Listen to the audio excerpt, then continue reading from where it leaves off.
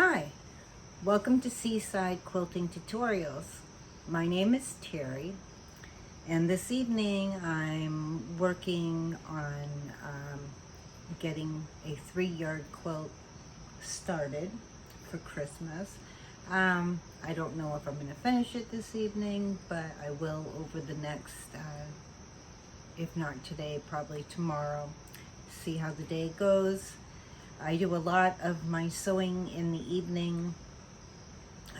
It's nice and quiet, the dogs are all calm, and I get a chance to sit back and relax. And this is when I really enjoy being able to sew. Sometimes I get to sew during the day too, just depends on the day.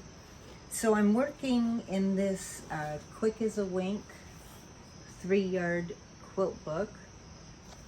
And this is by Donna Robertson. And the quilt that I'm working on is super easy. I probably say that every single time that I do one of these 3-yard quilts, but they really are super easy and so much fun. And there are so many choices of fabric that you could choose for this. And this is Rickrack. It would be beautiful with so many different choices of fabrics, but we're heading towards the holidays and need to get those holiday things done. So we're using holiday fabric. So let me turn the camera around and we'll get started.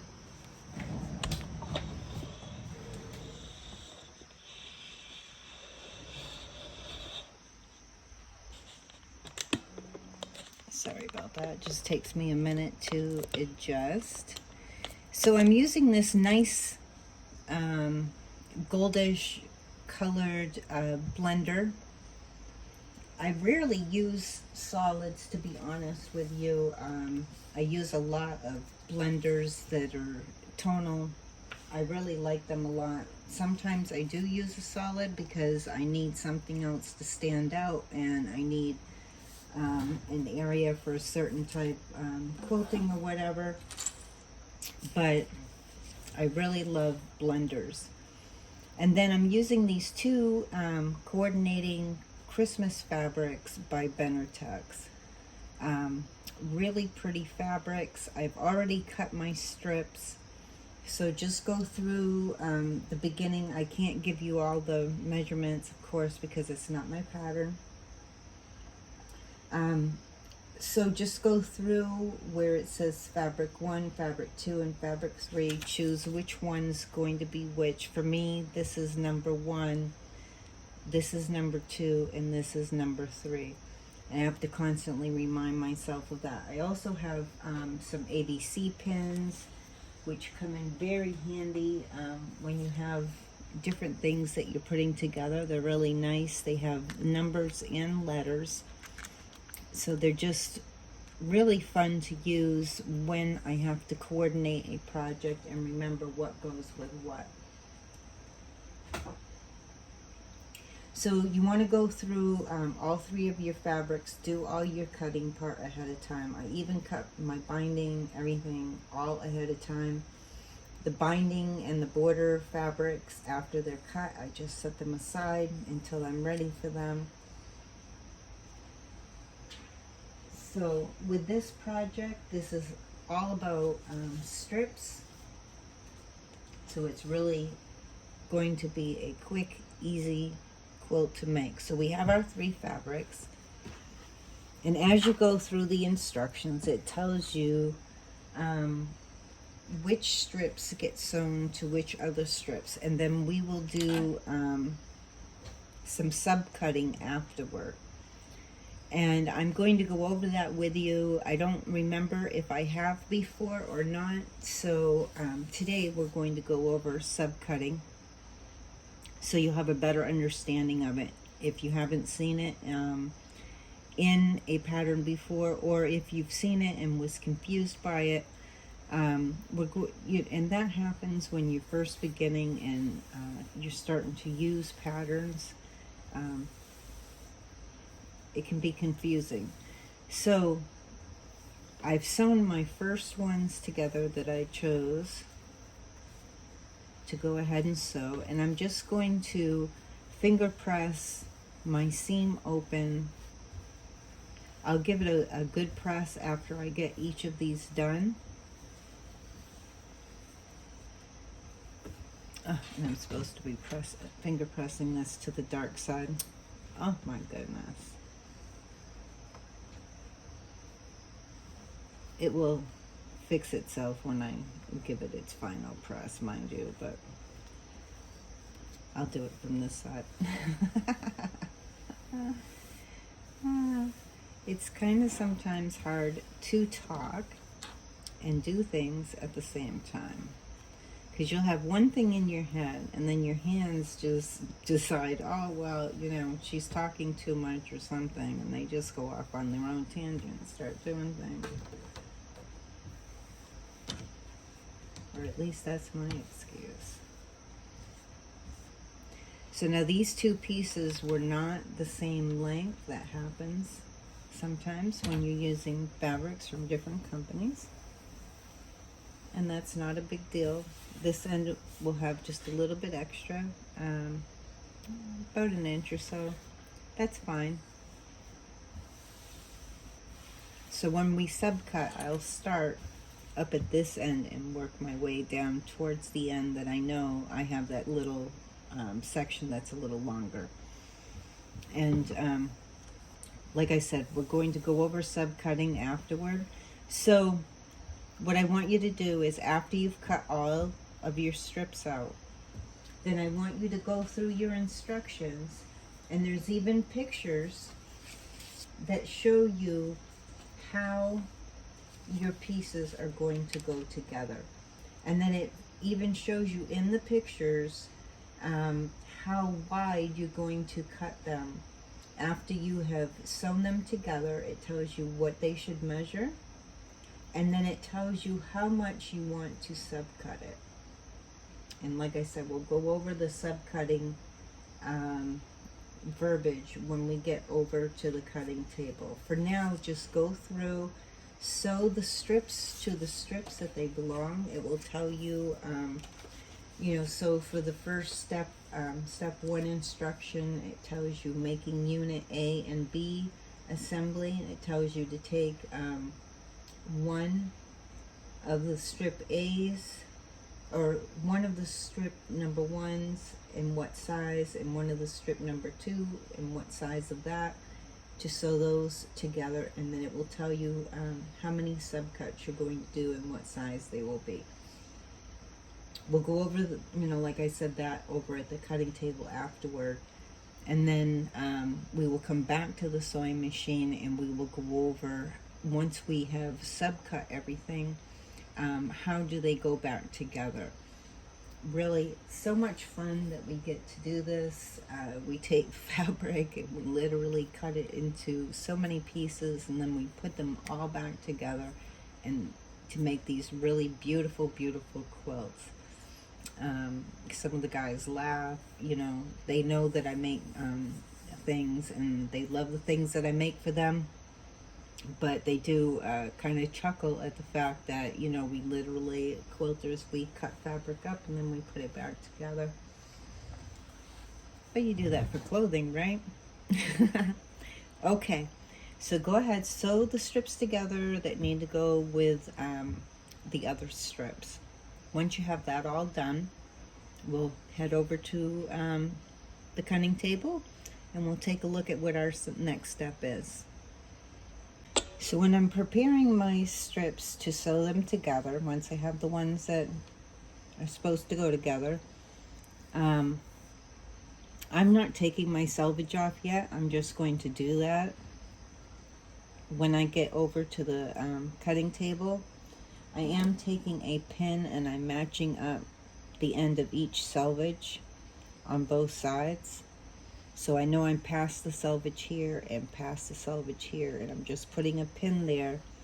And then from there, I'm just using some clips, but you can use pins, whichever your preference is. And I'm just going to go along, and I am going to put a few in here because I want to keep the fabric from, you know, to have it match up really nicely. Otherwise, when you get down to the end, sometimes your top fabric, you'll have a lot left over and wonder why. And it's because of how the feed dogs feed compared to the feet at the top.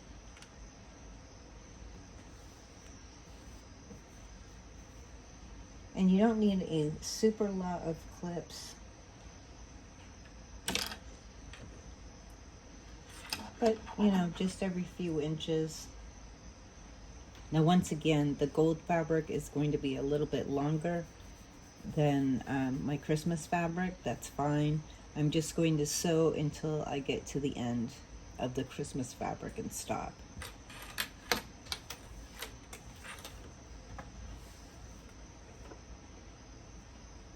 So go ahead and you're just going to do your scant 1/4 of an inch. We have our stitches set at 2.0 stitch length. Go ahead and do your seam all the way down. And then just go through your instructions, and each one, when it says fabric 1 or fabric 2, whatever goes with this one, sew those two together, finger press them open toward the dark side, and then we'll meet over at the cutting table after you've given them a nice press. Now we've sewn all of our strips together. The first cut was our strips. Then we sewed all the appropriate ones together that they requested in the instructions. Then we finger pressed. Then we gave it a nice press with our iron. Remember, press, don't iron back and forth. And so then it tells us to subcut. And subcut is just that you're taking the piece that you've already cut and sewn in a certain way, or just cut. Sometimes they'll have you cut strips a certain length, and then you would subcut it into a different length. So subcutting is just that next cut that you're making to change the size of the piece that you're working on. Now you can line up on a straight line and use your ruler, get your first straight cut done, which takes off the selvage. That's why I didn't bother to take the selvage off when I was sewing these together, because that's the first straight cut that you're gonna make, is taking off the selvage, and then do your subcuts the size that they tell you. However, the faster way for me is I have the Stripology XL ruler. So it's 20 inches of strips of cutting. I can just lay this down on my piece, use my bottom line to line up with the fabric, and my side line over on this side tells me where to cut to get my first cut out of the fabric. So I'll have a nice straight line on this side, and then I just go down through and I do all of my subcuts really fast, and I end up with 5 pieces cut that quickly. Now to adjust the ruler and check and double check to make sure that you're straight on your lines and all that, you can do it. It just takes a little longer. And for me, anything that makes things quicker for me means I get to make something else sooner. So I'm all down for quicker if it's better.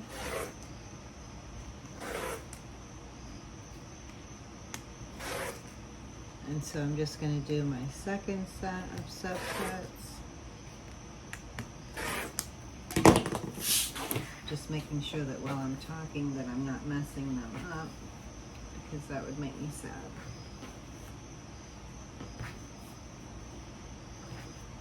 And so this is how long it took me to go through one set of strips to line it up.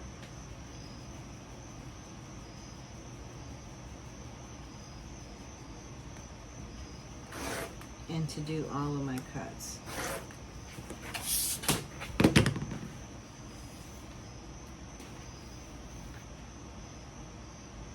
Now you can do it with your ruler, like I said, just get your straight edge on that side, or depending on if you're left-handed or right-handed, which side you do your straight cut on.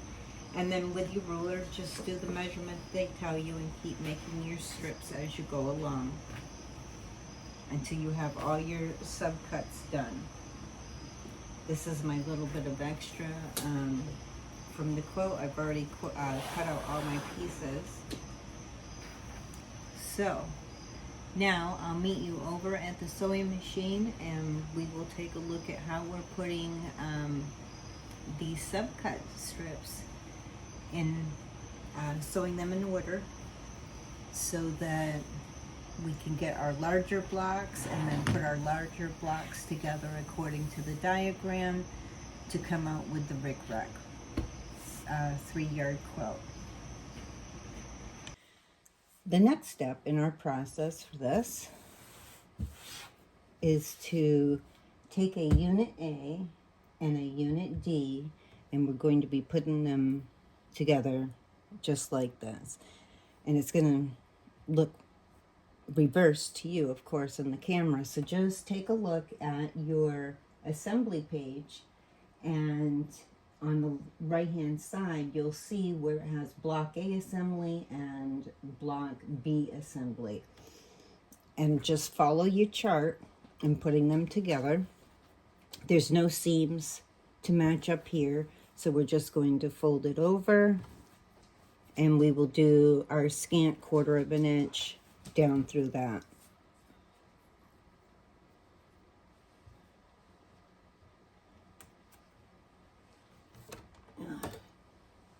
Need to change my foot back.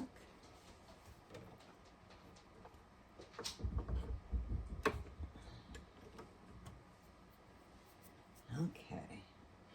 Now remember, make sure that your machine is set for scant 1/4 inch for whatever works for your machine. And you'll be all set and ready to go.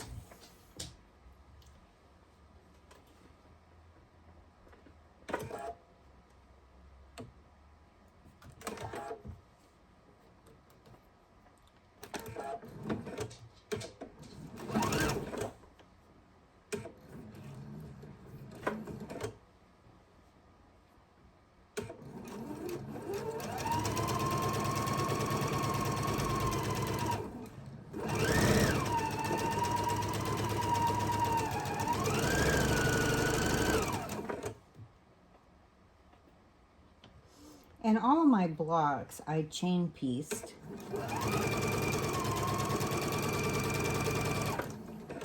So I did all of my block assembly A, and then I did all of my block assembly B's on this next step. And that just makes the piecing a little quicker and a little easier to do. So we're going to do the same thing with block assembly B.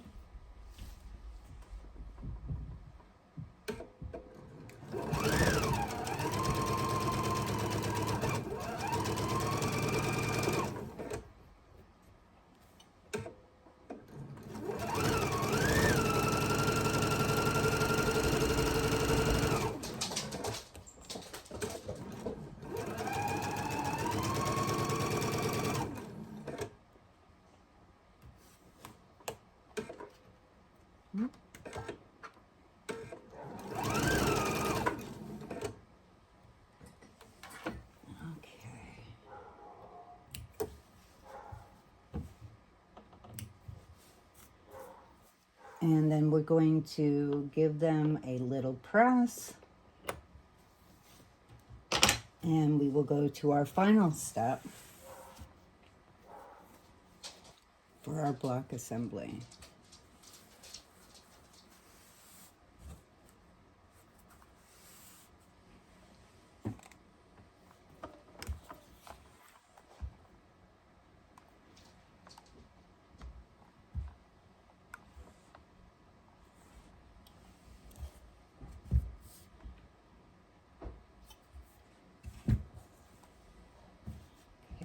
One, and then the next one.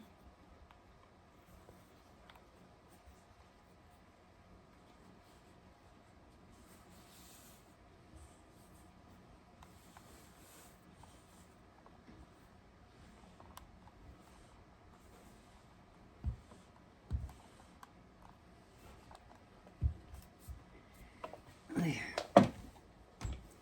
So now we have our block assembly A and our block assembly B.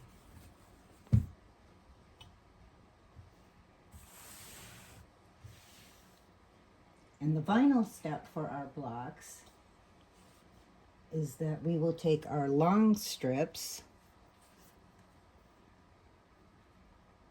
and we will attach them to the ends of each assembly A and assembly B.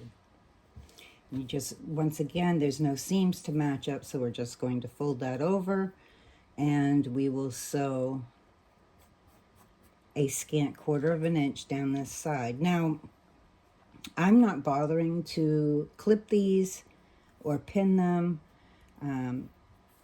They're pretty quick to go through, but if you feel uncomfortable with that, you can always use a clip or two or a pin or two, whichever your preference is. I really like the clips a lot, just because they're fast to use. And I don't poke myself.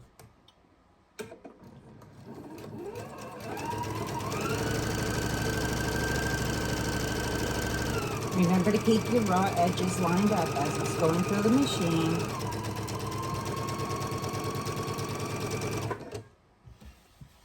And we will do the other one.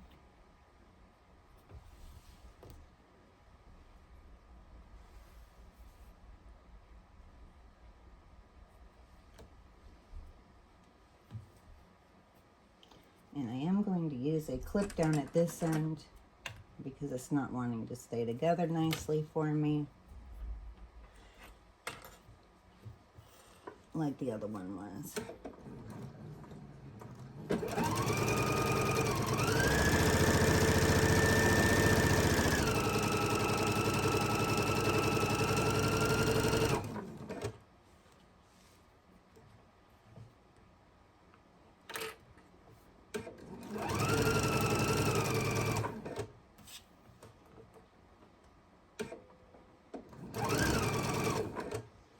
Okay, so that's both of the two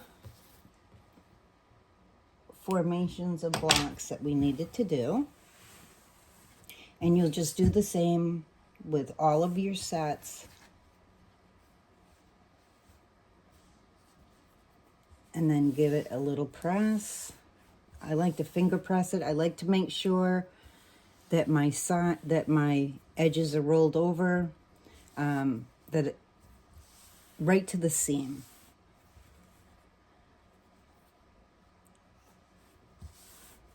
That way they go together very, very nicely and evenly.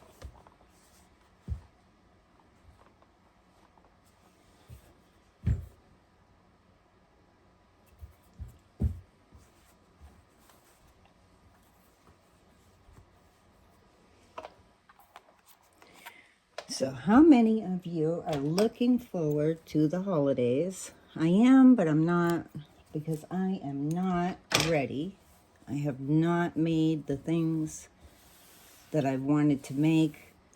I've been ill a lot this year, between allergies and colds and flus. that I have not had the amount of time that I usually would to sew. So I have a lot of catching up to do. Okay, so we have our assembly A and our assembly B. Now for each of your rows, they are put together a little differently. So you really need to check your row assembly on the right hand side of that page and see how these are actually supposed to go together. And like I said, each row goes together a little differently.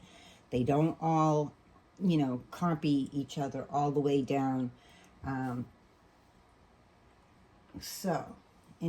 This is my last row. I've already put the rest together ahead of time to make this a little quicker of a tutorial for you.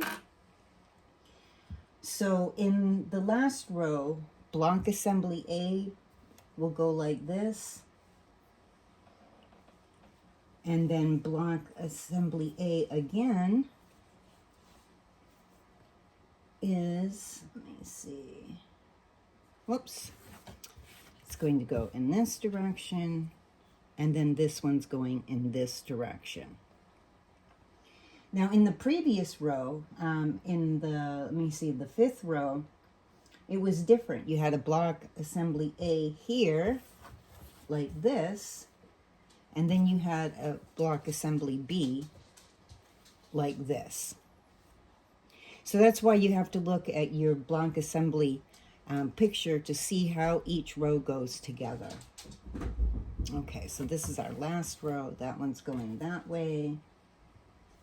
And let me see. This one is going in this direction. And I always, well, almost always, I'm good at double checking. It's good in anything that we're doing with quilting, whether it's measuring, cutting, whatever we're doing.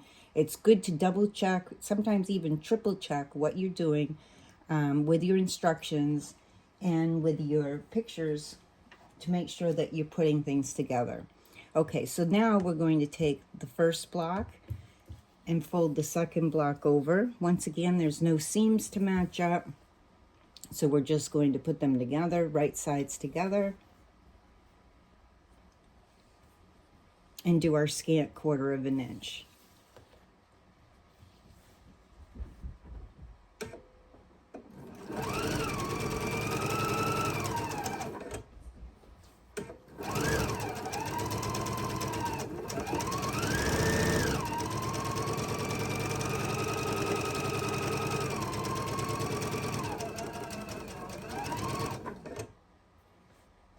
And then the second section, we have block assembly B going in this direction, and then the other block assembly B going in this direction.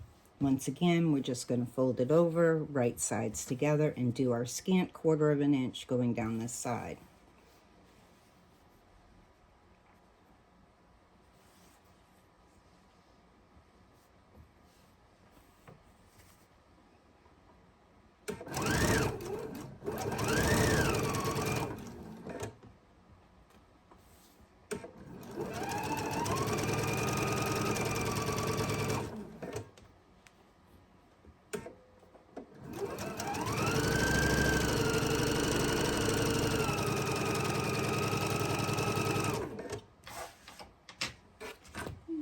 Lost one of my pieces. I'll just grab another one.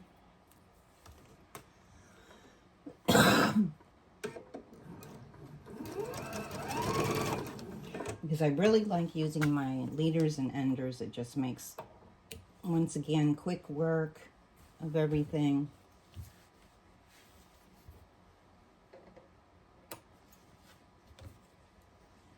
And a lot of times these leaders and enders end up on my floor, and then my cat gets a hold of them and she has a fun time.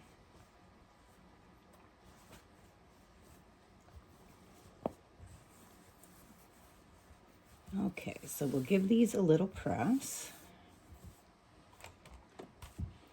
Now there is a little difference.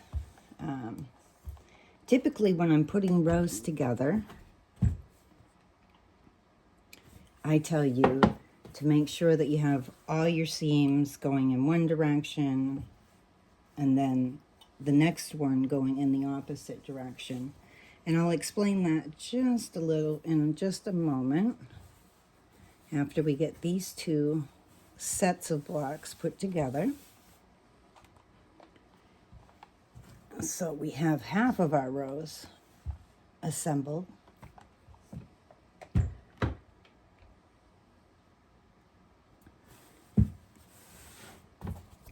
Now, you'll take your block assembly A's that are together and your block assembly B's that are together, and now we will sew these two sections together.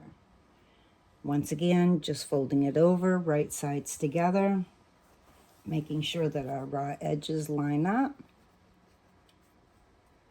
and we will do our scant 1/4 of an inch going down.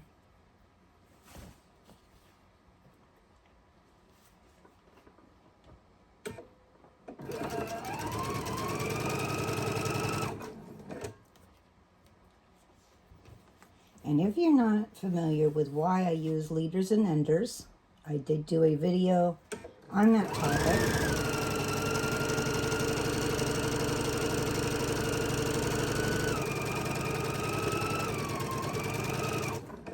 And when I'm not on camera and I'm sewing on my own, I have stacks of 2.5 inch squares that I am assembling for a different project. Just a scrappy quilt. So I often will use these, and you'll see that in my tutorial under enders and leaders. And I will use these for my enders and leaders, and I'll just take two and put the right sides together, and I will sew through, and then I will work on my project, and then when I go to do an ender, I will take another two pieces and put right sides together, and then pass that through as my ender, which of course, once I clip everything off, that becomes my leader for the next sections that I am sewing. And then in that way, when I get a lot of these finished, I just stack them up 2x2s as I'm sewing them together and using them for enders and leaders. And then once I have enough of them, then I make rows out of them. And in this way, I can kind of achieve an extra quilt while I'm working on other projects.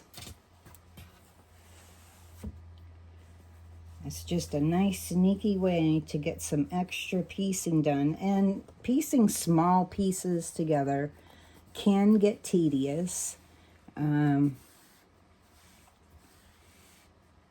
But we need to use those scraps up. And that's one of the ways that I achieve that.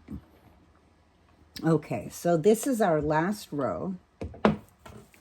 And as I said, I've already done my previous rows.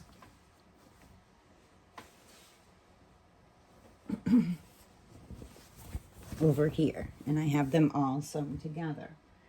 So now let me just make sure that I have this set up properly. So I have my,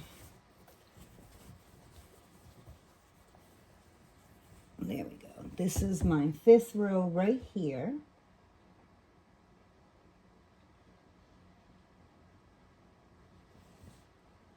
And I'm just double checking to make absolutely sure that I have it going in the right direction. Nothing's worse than when you get it sewn together and you go to quilt it and you go, oh my goodness, because then you have your borders on and it's a pain to take it apart.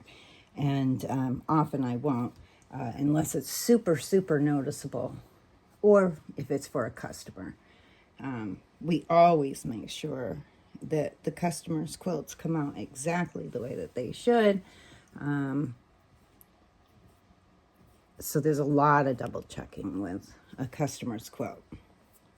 For myself, if I made a mistake, I'm like, I'm just going to use it somewhere in the house. It's not going into a quilt show, and I can accept things a little better when they're for me. So now this is a little bit different. Typically when we've been doing the 3-yard quilts, we only have to worry about the seams of each, between each block in the direction that they're going in. So I would take one row and have it, the seams facing the left, and then the next row, the seams facing the right. With this one, every single one of these has a seam. So we have a lot more seams to put together. Not a problem. Let me make sure I have this in the right direction. So just hold it up, make sure that you have it going in the direction that it's supposed to be going in according to your row assembly. And then I'm just going to fold it right sides to right sides. Now here's the thing. As I had pressed these, I didn't have all my rows lined up to be going in the opposite directions when I was pressing them. So as I went through and went to put them together, I have 2 rows. These 2 rows, as you can see, are both facing the left side, which means the seam on the new block needs to be flipped over to the other side.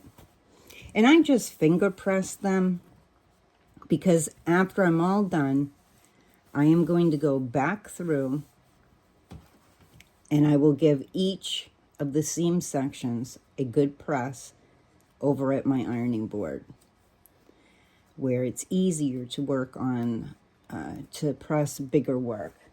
And I am using pins for this because I need my seams to match up very nicely.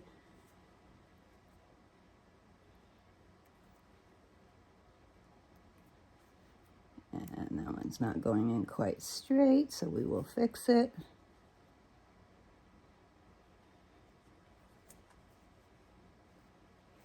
And I will put a little clip down here at this end just to keep it together until I get it over to my sewing machine to be sewn.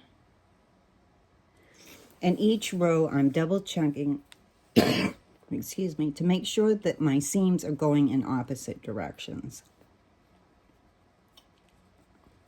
And if they already are, I don't need to do anything except for pin that seam.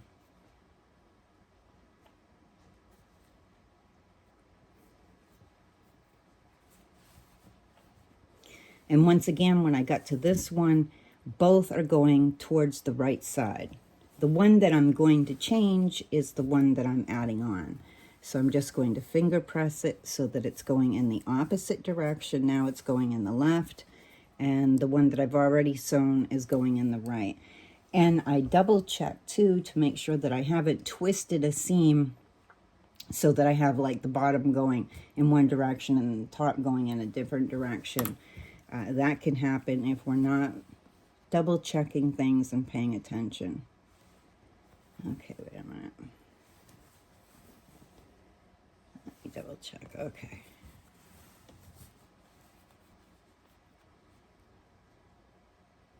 And since I'm only finger pressing them, they are wanting to flip back over to where I press them with the iron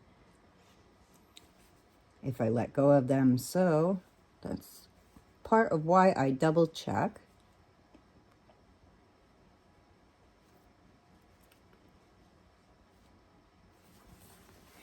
And you're just going to go through the whole thing, and each row you're going to match up those seams.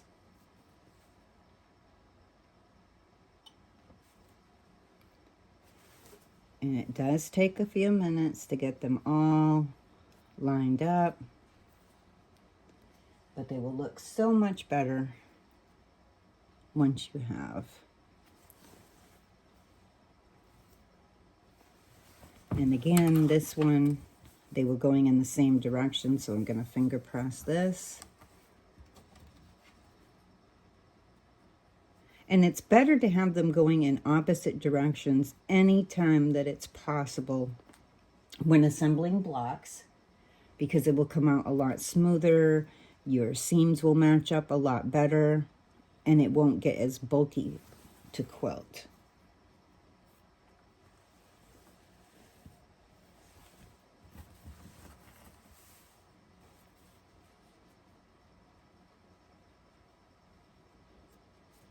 And I will take some time when I get this all sewn together.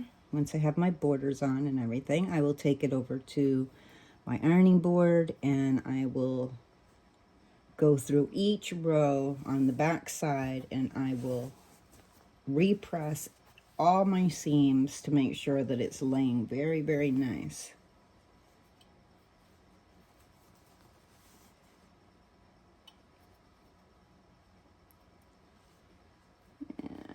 And we are almost to the end.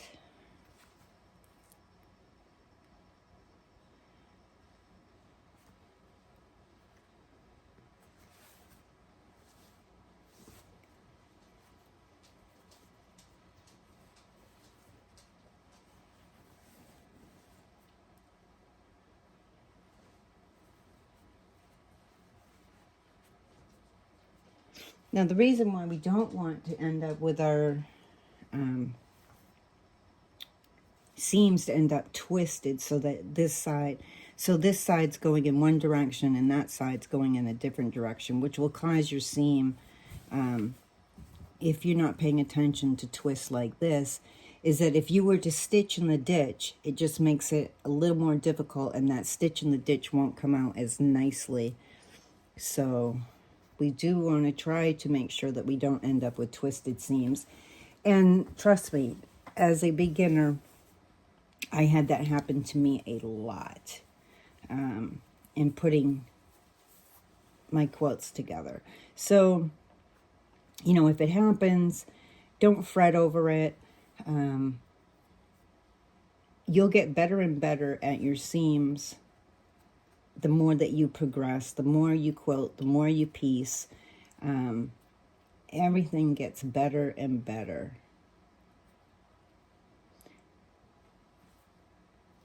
So don't be too hard on yourself if it happens, because it even happens to quilters that have been quilting for years.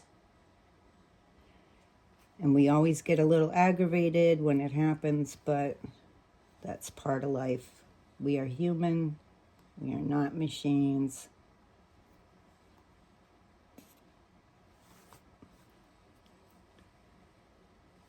And even machines are only as perfect as the people that have made them. And even they foul up sometimes. Okay, so now we have that all pinned together. Now we're going to do our scant 1/4 of an inch on that last row.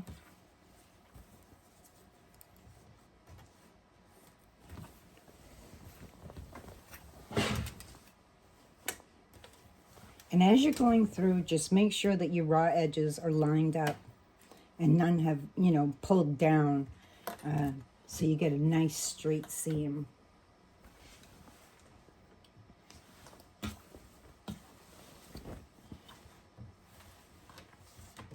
These start out pretty easy, and then as they get bigger and bigger, they take up more and more space on my table.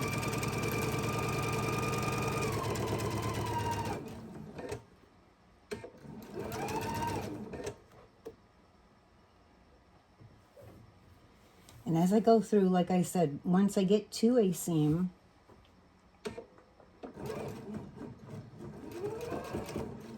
I just double check in each section that the raw edges are nicely lined up.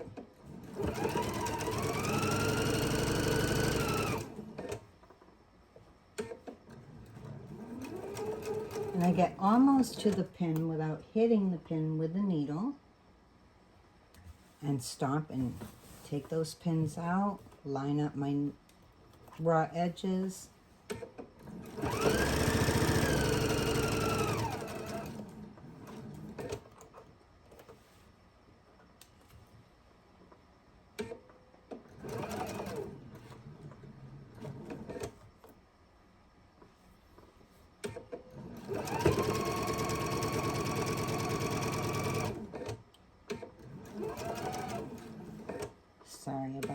hands getting in the way. I try not to when I'm filming, but it does happen.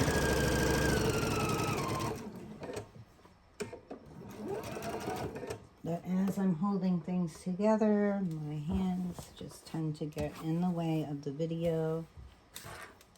I don't have any professional equipment.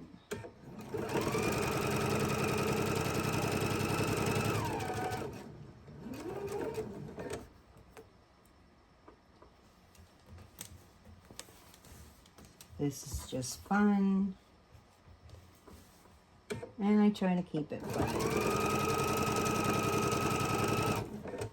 And I like being able to show others how to do these to make it easier for you.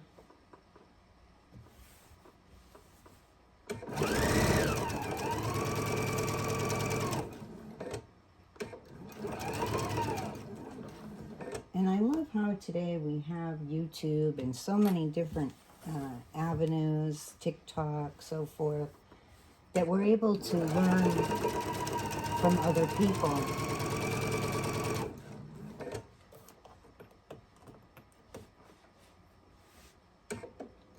And not just for my sewing, but I learned for jewelry making on there. I learned for painting things on there.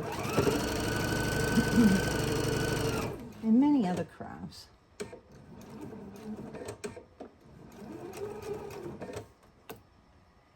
And there aren't many crafts that I haven't tried.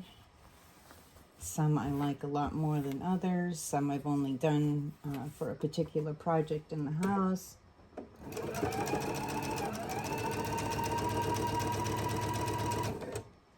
And I just love how there's so many people that will show you different things, like how to put something in, you know, how to fix your washing machine, how to install things in your house. It's just wonderful that there are people who take the time to teach us.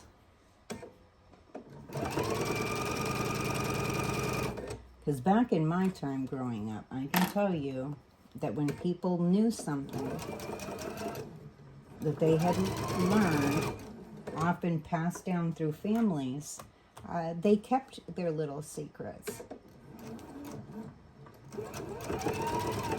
Because that's how they made their livelihood in life, was by trade. And so if you had a trade that others didn't know, you could profit from that. Today, we share a lot more, which is just wonderful. And honestly, saves me a lot of money. Now you can see here, my seam got twisted. And I will, before I put my borders on, go back through. I'll take the stitches out of this little section and I will fix that seam. Because see how it's twisted over to the side? If I'm to press this, well, this one isn't as bad because it's the last row. But if this was in between two rows, that would be a problem. But it did slant down. It did get pushed kind of crooked, and I don't like how it's sitting in there. So I will go back through and I will fix that before I put my borders on. And it did it here as well. Probably just to frustrate me. But I will fix those before I go through. The other thing that I want to show you, which I let happen on purpose because I wanted to be able to show you, if you're not paying attention in between each section, see how the back side slipped down below the front and the raw edges are not together?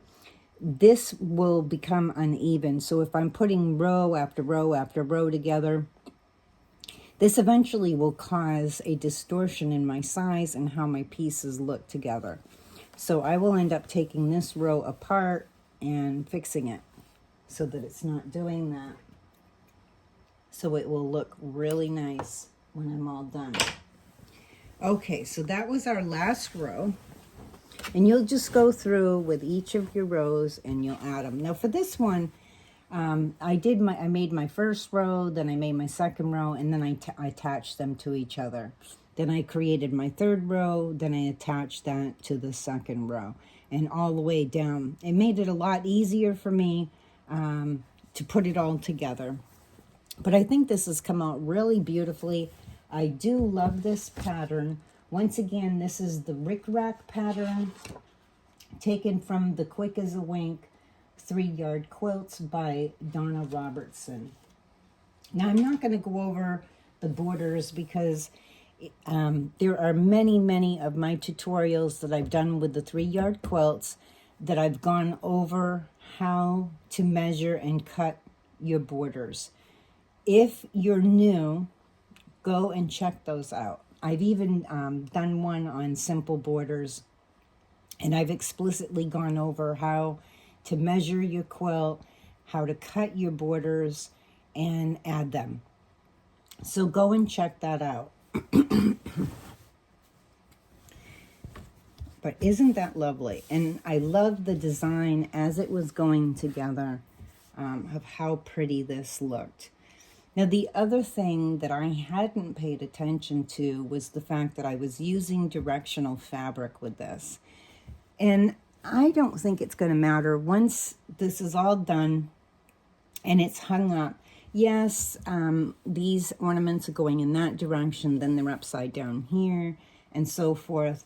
But when you hang it up and you stand back 4 or 5 feet away from the quilt, that's the view that the majority of people are going to be looking at your quilt. Visually, when we look at this, we are just going to see white strips, black strips, and our gold strips. You're not going to be visually picking out the direction of the designs as quickly. Now, of course, if you look at it for a few minutes, you notice it. But it's not really making a big deal in this. There are some that it might stand out more. It doesn't bother me personally. I think it looks really beautiful just as it is. If I was doing this for a customer, I would want to go through and make sure that all my ornaments went in the same direction, except for, well, yeah, even with these smaller ones, it would have been nice if I would have thought ahead of time and not just got in a hurry to get this together and made sure that all my ornaments were all going in the same direction. However, when you're piecing 2 directional pieces together, there's no way that I'm going to be able to go through every single row and line up the ornaments exactly so that they're perfection. So I really liked the fabric. I like using it for this quilt. That doesn't concern me. If you're the type of person that this would bother you, don't use a directional fabric for this. Use blenders. Use fabrics that don't go in an exact direction. So you would want fabrics that go every which way, basically. And then you don't have to worry and it won't end up bothering you. Now, I know for some, this would stand out to them and this would bug them. For me personally, it's all good. So go ahead and add your borders to your quilt top, and then there are many ways to quilt it. So if you're not a long armor, that's fine. This is a beautiful type that you can go through each row, stitch in the ditch across the rows, and stitch in the ditch between each section of each row. And it's going to be a very beautiful quilt. Not every single quilt needs to have fancy quilting on it. You could even, some will do an all-over design. If you were to do an all-over design, a snowflake design would be pretty if you do have a long arm with robotics. If you're doing with a sit-down long arm, an all-over meander with some snowflakes here and there would be super pretty, especially if the snowflakes land in the blender sections. It all depends on what you have available to you. Now, I wouldn't send this, for me personally, if I didn't have a long arm, I would not send this out to a long armor. I would just do the stitch in the ditch between the rows. And this will be beautiful. It will hold together really nicely, and then bind it and be done with it. So that's it for this time. I will be doing an attic window quilt coming up. Since we're coming into the holidays, I have some holiday panels with winter scenes on them that we have shown in previous lives. I think that you're really going to enjoy it. And I know many of you have been wanting a tutorial on the attic window. So I'm going to be doing that coming up along with some other tutorials. And once again, on Facebook, we are available. Our page is Seaside Quilting Supplies, LLC. That's our main business page. We have a separate group, a private group for our customers, just called Seaside Quilting. Please come and join us over there. We would love to have you in our group. Also, the nice thing is that every so often there are special sales in that private group, Seaside Quilting, that we don't put on the business page. So that's a nice little bonus.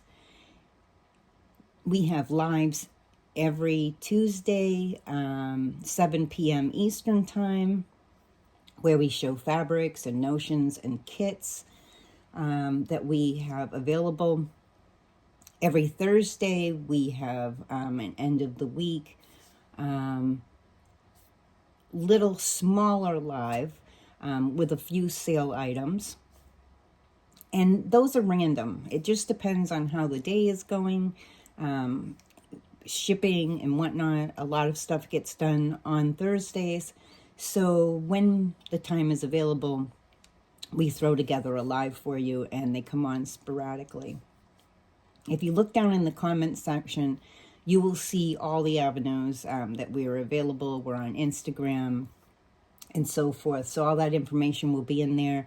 There's also a number that you can text the word "sew" to. I believe it's 41372 if I recall, but look down in the comments section so I don't mess you up. And just text the word "sew," and you will get notifications of whenever our lives are starting up. And on Thursdays, we do special sales only in our group. Quite often, that's when our ends of bolts get sold. So that's it for today. So until next time, I wish you happy sewing.